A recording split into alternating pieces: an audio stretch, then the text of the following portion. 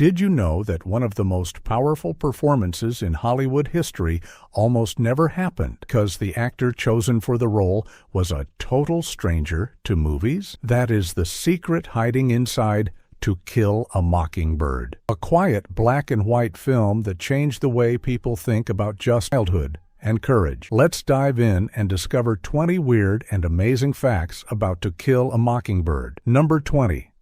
The Man Who Almost Said No. Gregory Peck was not the first name on the list.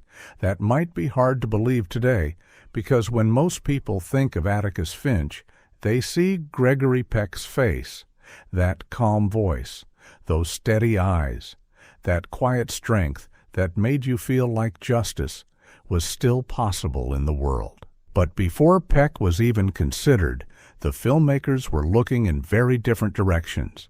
Rock Hudson's name came up. So did Spencer Tracy's.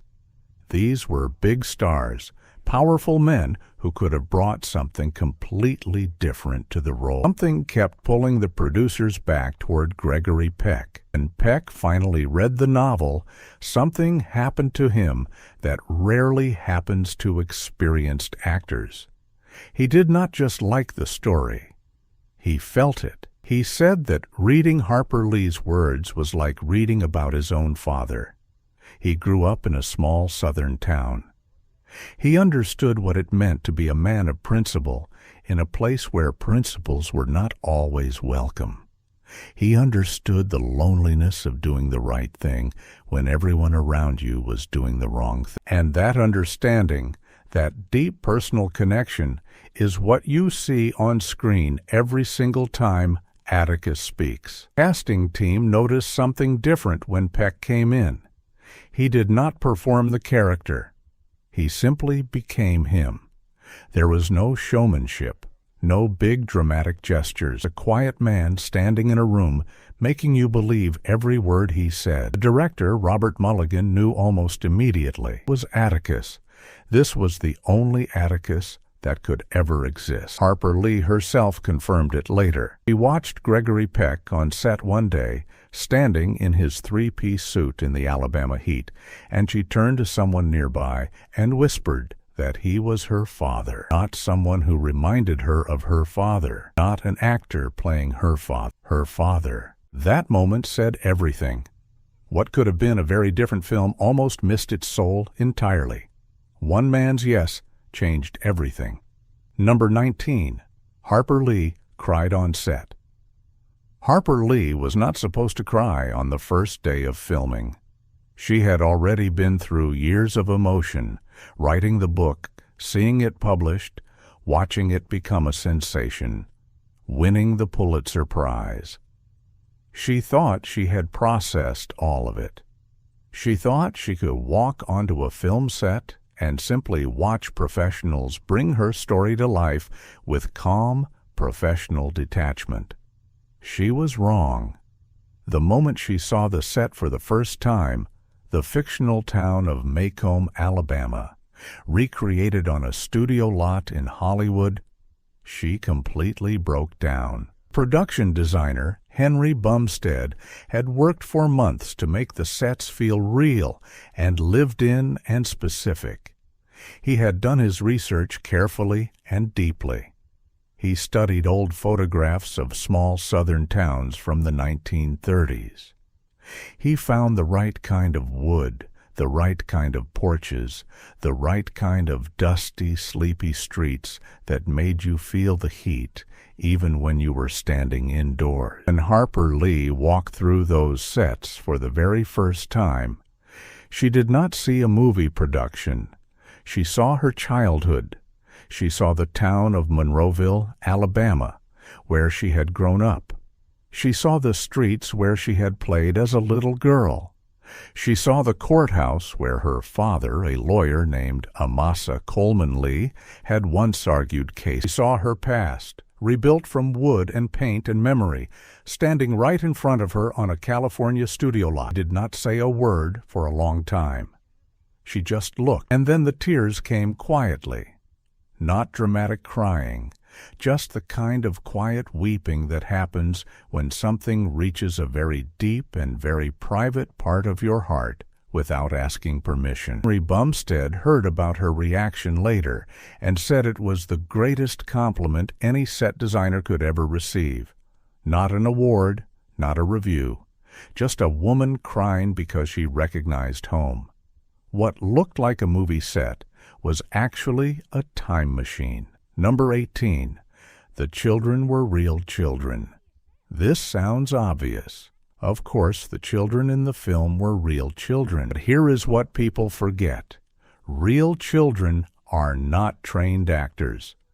They do not know how to hit their marks, or remember their lines under pressure, or look natural on camera, while strangers point bright lights at them from every direction. Most child actors in Hollywood films of that era are coached, polished, and sometimes almost robotic in their delivery, taught to perform rather than to simply be. Director Robert Mulligan had a completely different idea. He wanted the children in To Kill a Mockingbird to feel genuinely childlike, imperfect, spontaneous, alive.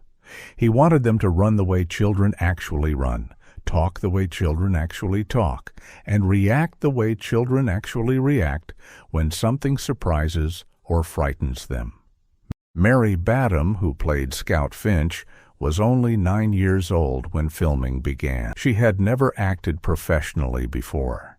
She was found through an open casting search across the southern United States. Alfred, who played her brother Jem, was also found the same way.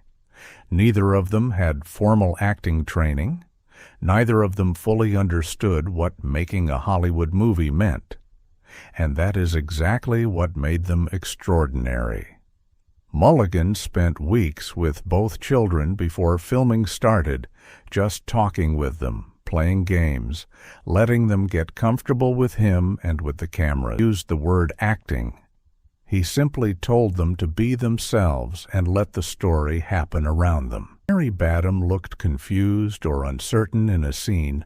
Mulligan would keep the cameras rolling because that confusion was exactly right. Uncertainty was Scout. Gregory Peck once said that working with Mary Badham was one of the purest acting experiences of his career. She called him Atticus, even off camera, all through the filming. Not Gregory, not Mr. Peck, Atticus, and he never corrected her.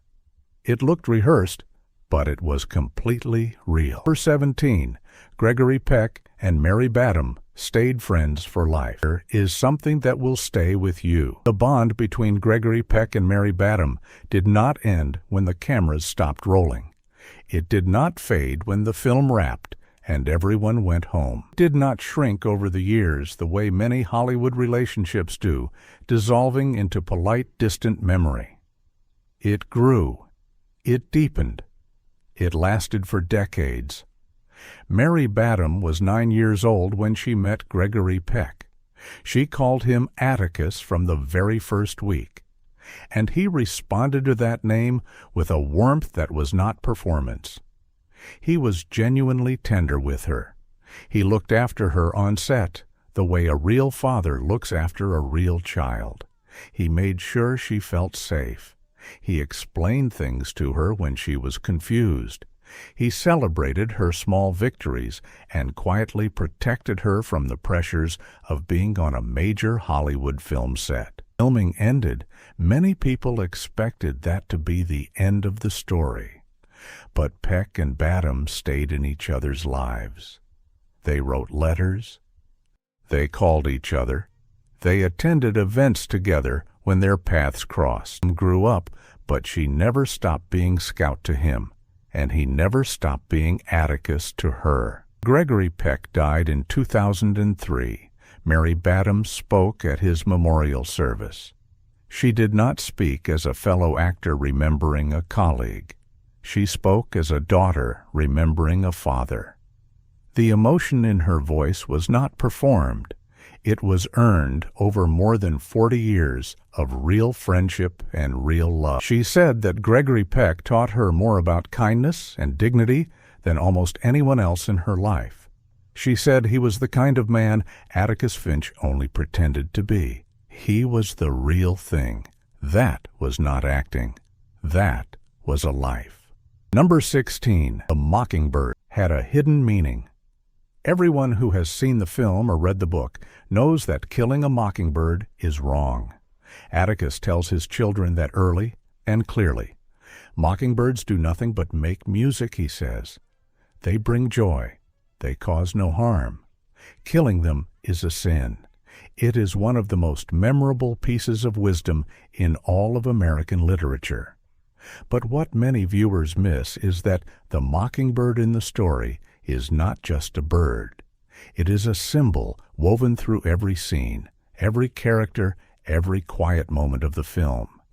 And understanding the symbol changes the way you watch everything. Tom Robinson is a mockingbird. He is an innocent man who causes no harm. He works. He lives. He helps when he can. And yet the world decides to destroy him for no real reason except fear and prejudice, the terrible human need to have someone to blame. Destruction is senseless. It is a sin in the truest meaning of the word. Radley is also a mockingbird. He is misunderstood and feared and turned into a monster by gossip and ignorance. The neighborhood children are terrified of him before they ever meet him, and when they finally do, when they discover who he really is, the silence that follows is the silence of shame. He was never a monster.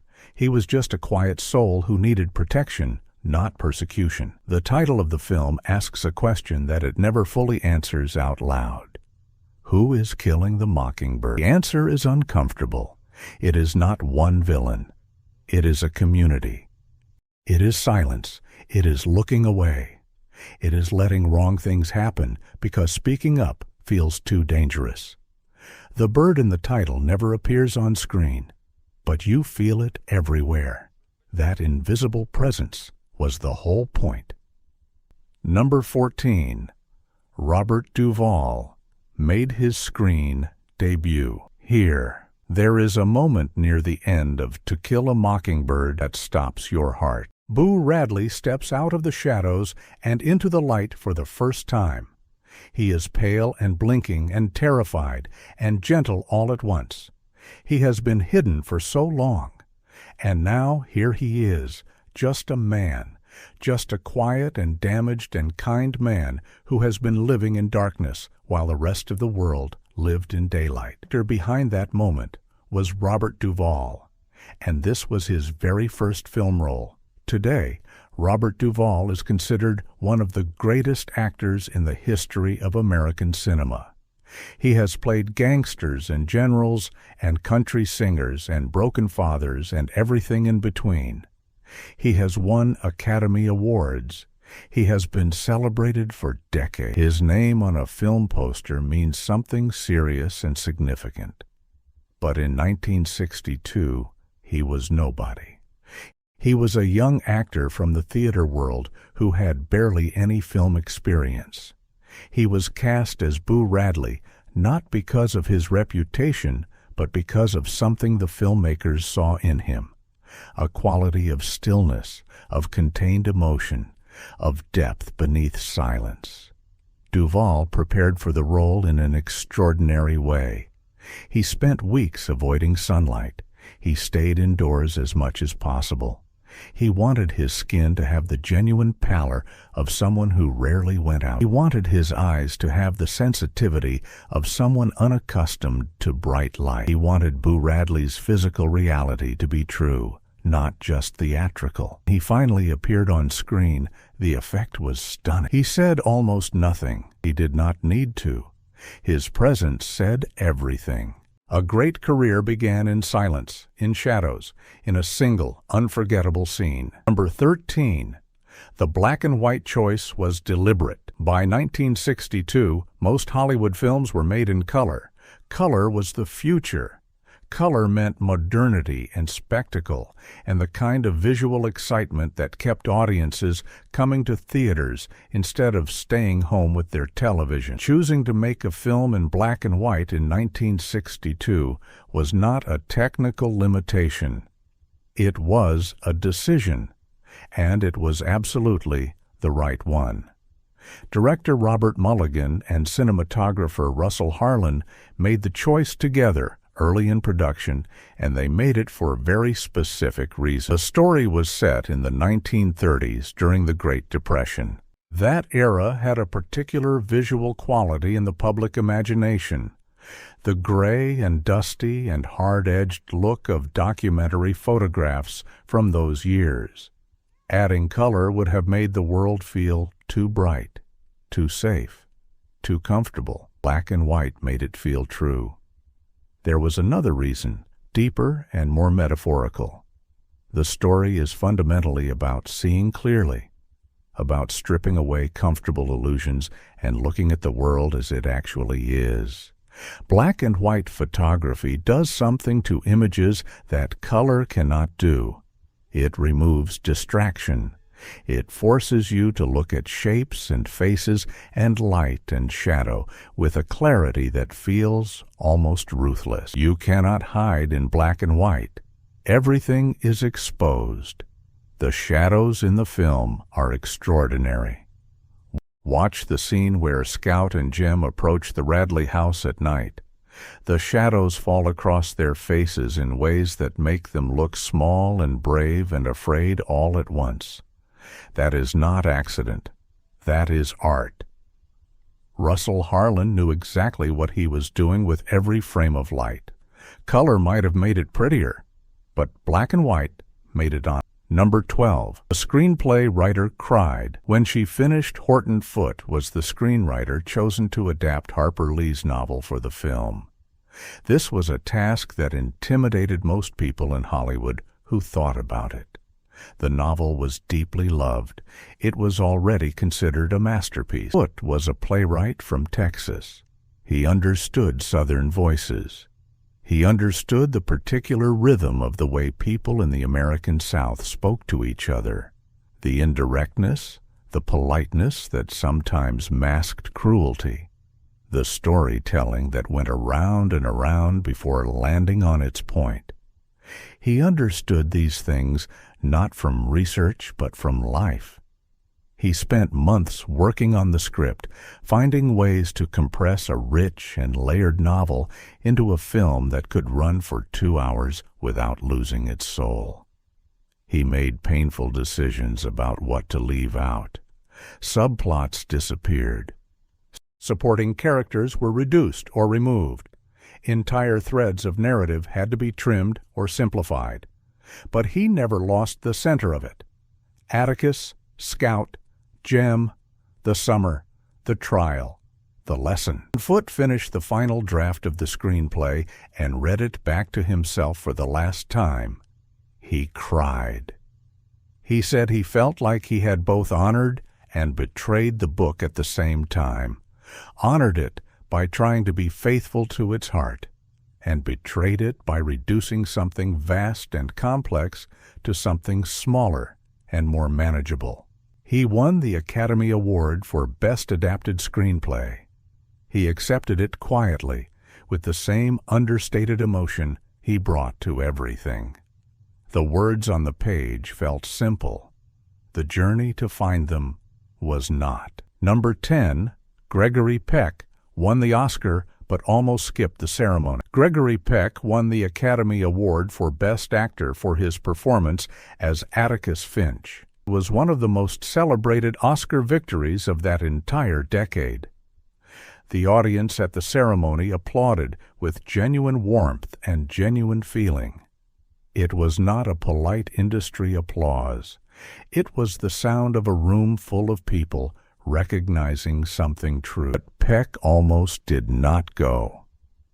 In the weeks leading up to the ceremony, Peck was going through a difficult personal period. He did not feel like celebrating. He did not feel like putting on a tuxedo and sitting in a grand theater and smiling for cameras. He was a private man by nature, uncomfortable with the spectacle of industry events, and the emotional weight of the year had left him feeling drained and withdrawn. Seriously considered not attending the ceremony at all. He discussed it with people close to him. He thought about the alternatives, watching from home, sending someone else if he won, simply disappearing from the spotlight for a night. His friends convinced him to go. They told him that this night was not just about him. It was about the film. It was about the story. It was about everything the film had meant to audiences around the country who had watched it and felt something move inside them that they could not easily name. He went. He sat in the theater. He heard his name called. He walked to the stage and accepted the award and gave a speech that was as unshowy and honest as every scene he had filmed. Afterward, he called Harper Lee. He told her the award belonged to her.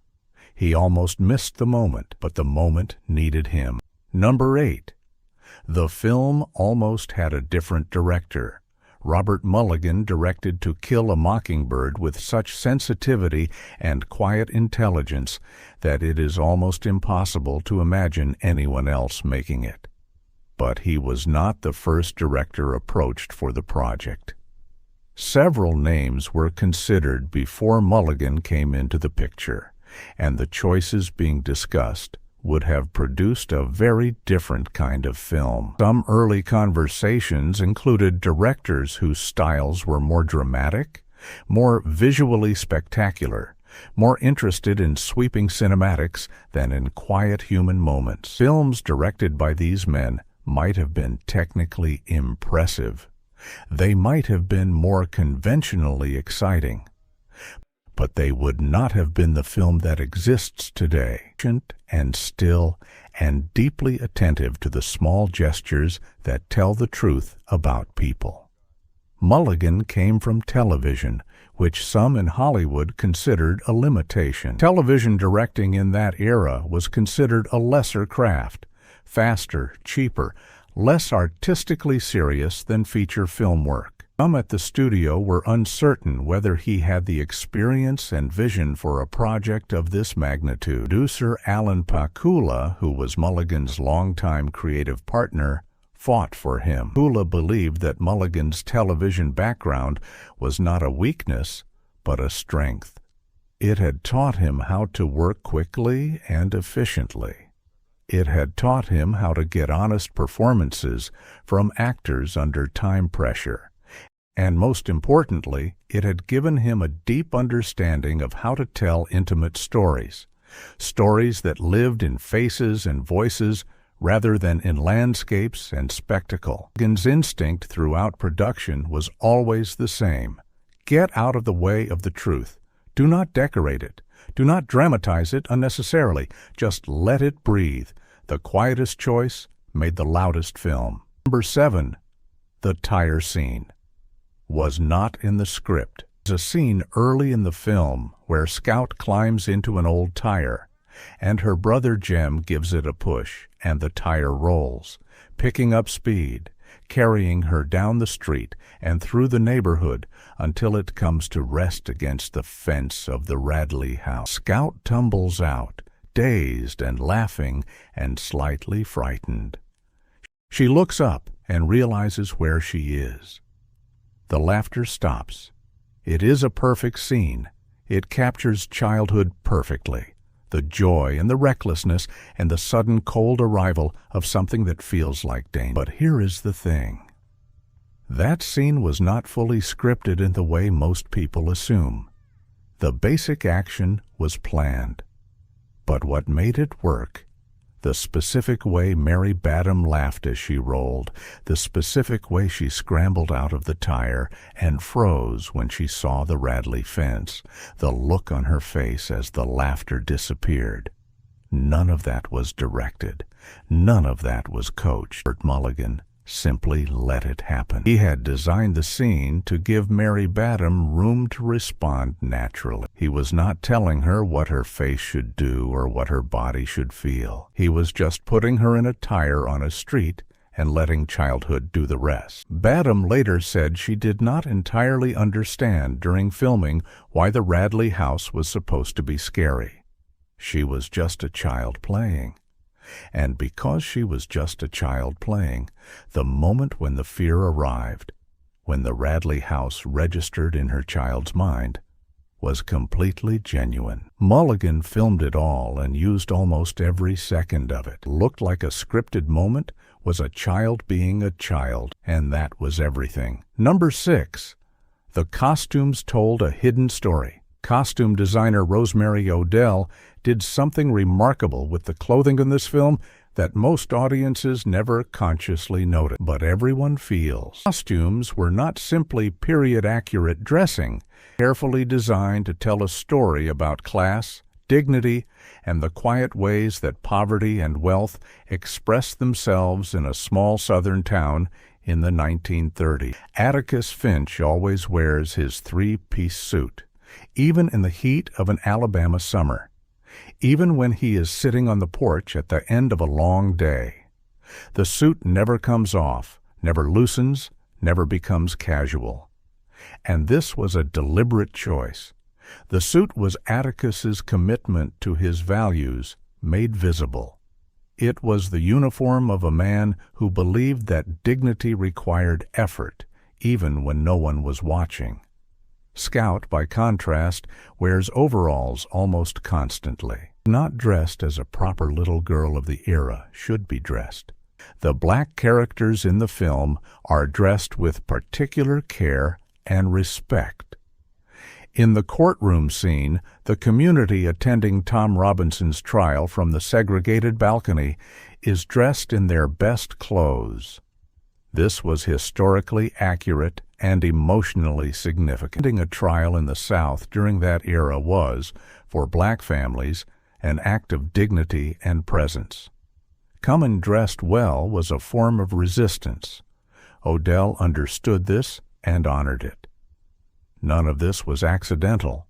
Every piece of fabric was a sentence in the story. The clothes never talked, said everything. Number 5. The film changed how Americans talked about race. This fact sits outside the world of behind-the-scenes trivia. It belongs to the world of history, but it is too important to leave out. Mockingbird was released in December of 1962. The American Civil Rights Movement was at one of its most intense and dangerous moments. Protests were happening across the South. Violence against black Americans was widespread and largely unpunished.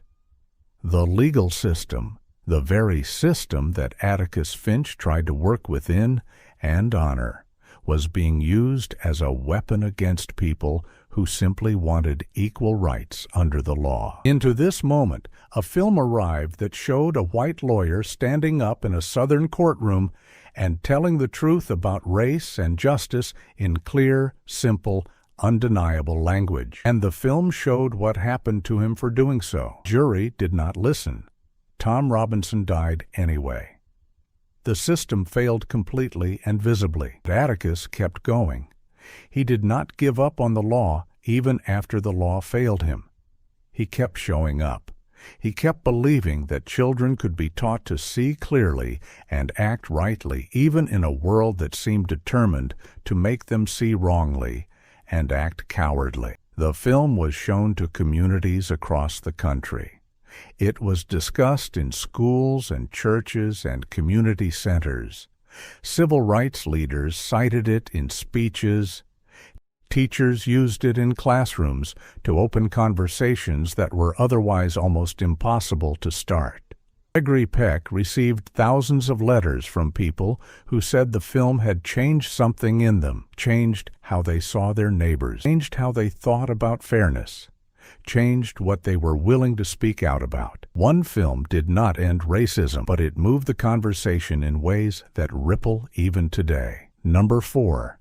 The Boo Radley reveal. It took weeks of planning. Everything about the way Boo Radley is revealed in the film was planned with extraordinary precision. Dr. Robert Mulligan and his team thought deeply about how to handle this moment, the moment when the monster becomes a man, when the shadow becomes a face, when the thing that frightened everyone turns out to be gentleness itself. Decided that the reveal needed to be gradual. The camera could not simply cut to Boo Radley standing there. That would be too sudden, too mechanical, too much like a dramatic flourish. Instead, the reveal had to unfold the way real understanding unfolds. Slowly, in stages, with small moments of recognition building toward one complete and stunning picture. Robert Duvall worked with Mulligan for weeks on the specific quality of stillness he needed to bring to the role. They discussed the physical reality of a man who had lived for years in near-total isolation.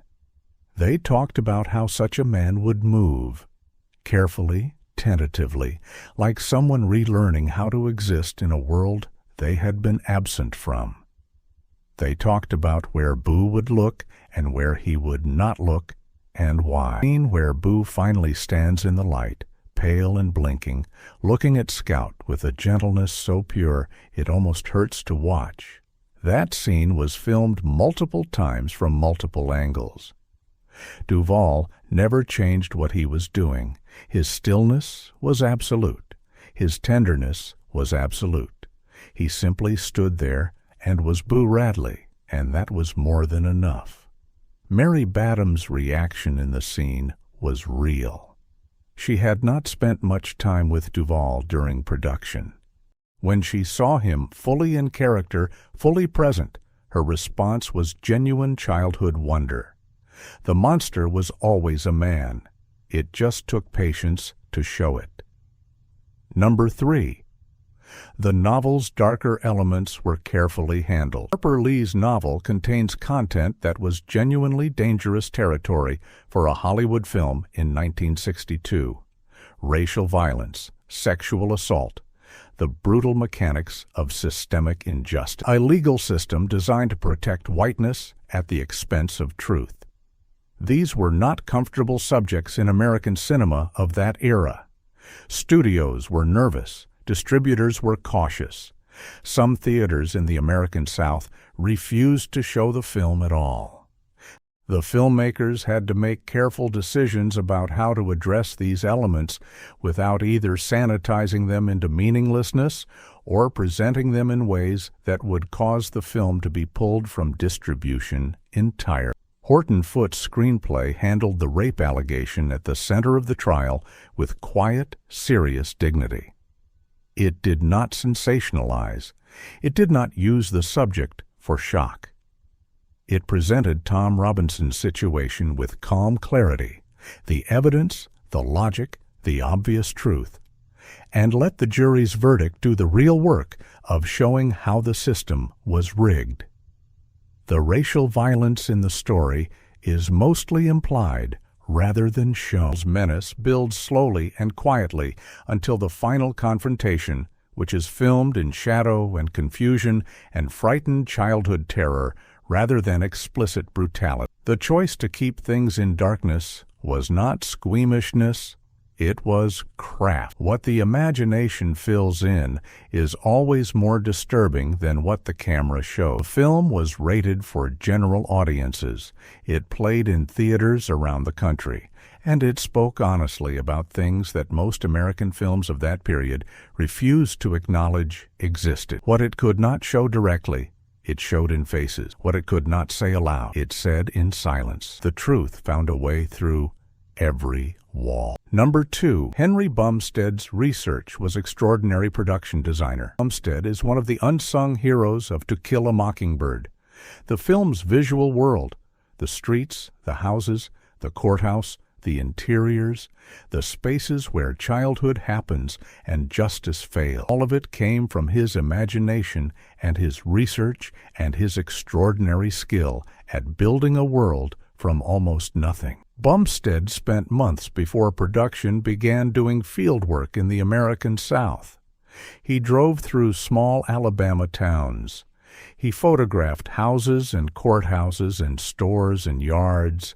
He talked to people who remembered what these places looked like in the 1930s, collected details with the patience and thoroughness of an archaeologist. He paid attention to things most production designers would overlook: the specific way wood ages in southern humidity, the particular texture of dirt roads in summer heat, the way porch swings hang and how the chain connects to the beam above, the way windows sit in their frames in old houses, the way grass grows differently in shade than in sunlight. He brought all of this back to Hollywood and began building the sets for the film. He built them with the accumulation of all that specific knowledge. Nothing was generic. Nothing was a shorthand version of the South. Everything was precise. He won the Academy Award for Best Art Direction for his work on the film. It was recognition that was both deserved and insufficient, because no award can fully measure what he gave the movie, which was an entire world that felt as real as memory. He cried when she walked through his sets. That is the only measurement that truly matters. He built a world from photographs and patience and love, and it became a place people still visit in their minds. Number 1. The film preserves a conversation that needed to happen. This is the most important fact of all. Not a behind-the-scenes detail, not a production secret, not a surprising cast-in story. Something larger and more necessary than any of those things. To Kill a Mockingbird, the film, arrived at one of the most painful and turbulent moments in American history. The country was arguing loudly and sometimes violently about whether Black Americans deserve the same rights, the same dignity, the same protection under the law as white Americans. It was not a theoretical debate. People were being beaten. People were being killed. Churches were being bombed. And the people doing these things often believed they were right. Into this argument walked Atticus Finch, a quiet man in a three-piece suit in a black-and-white film about a small Alabama town in the 1930s. A man who stood up in a courtroom and said the simplest, most obvious, most revolutionary thing imaginable. All people deserve equal dignity under the law. That evidence matters more than fear. That truth is worth speaking, even when speaking it costs everything. And then the film showed what happened to him for saying it. It showed how the world resists truth, even when truth is standing right in front of it. It showed how systems designed by fear protect themselves from facts. It showed how injustice survives, not through the actions of monsters, but through the silence of ordinary people who simply decide not to speak. And it showed two children watching all of this, learning, struggling to understand, asking their father why, and their father answering honestly, not with comfortable lies, but with the kind of truth that children can carry into adulthood and use. That is what the film preserved. A conversation between a father and his children about what justice means, about what courage means, about what it means to be a human being in a world that sometimes seems to have forgotten what human beings are for. 60 years later, that conversation is still happening. One story, one truth, still alive. Bonus fact: the lost music that almost was.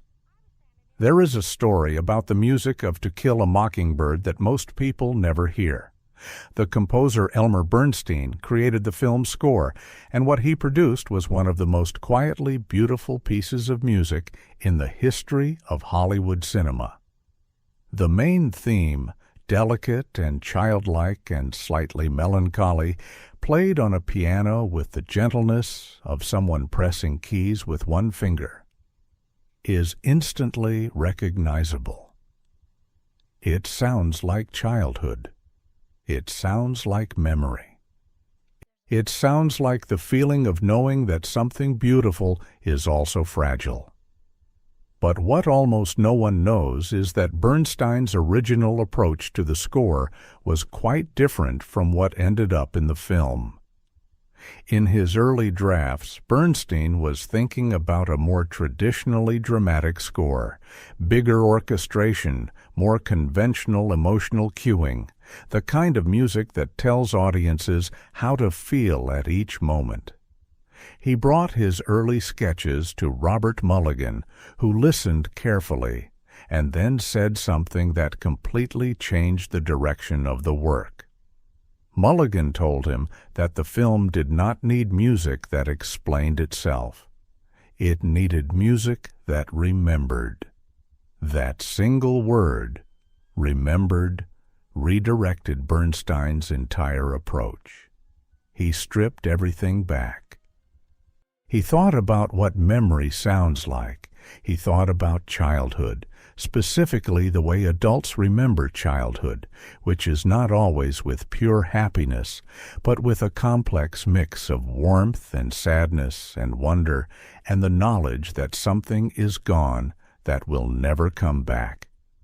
He sat at a piano and began playing simple, incomplete phrases, notes that reached toward something and did not quite arrive, melodies that started clearly and then drifted, harmonies that were almost right but carried a small, permanent ache inside them. That was the music that made it into the film, that childlike piano, that reaching, incomplete beauty. Bernstein later said it was the score he was most proud of in his entire career, which spanned decades and included dozens of major Hollywood films. He said it was the score that taught him the most about what music could do in a film, not explain the emotion, not amplify the emotion, but simply hold space beside it and let the audience feel whatever they needed to feel. The original dramatic score was never recorded. It exists only in early sketches. What replaced it was something smaller, stranger, and infinitely more true. Old instincts abandoned, new silence found. To Kill a Mockingbird is more than a film. It is a question that does not stop being asked. It is a father explaining the world to his children and hoping, the way all good parents hope, that the explanation is enough to protect them. It is a small girl in overalls running through the heat of summer, learning that the world is larger and stranger and more painful and more beautiful than she knew. The people who made this film worked with love and precision and courage. They took a beloved and complicated book and turned it into something that could live on a screen and travel into theaters and homes and classrooms and reach people who might never have read the novel. They made something that was already true into something you could see with your eyes and feel in your chest. Gregory Peck once said that Atticus Finch was the most hopeful character he ever played. Not because Atticus won. He did not win. Tom Robinson died. The jury chose comfort over truth. Maycomb stayed Maycomb. But Atticus kept showing up. He kept being honest. He kept teaching his children to see clearly in a world that rewarded the opposite. That is the hope, not in the victory, in the showing up. If you enjoyed these stories, subscribe for more. The movie hides a truth, and we'll keep uncovering them, one story at a time.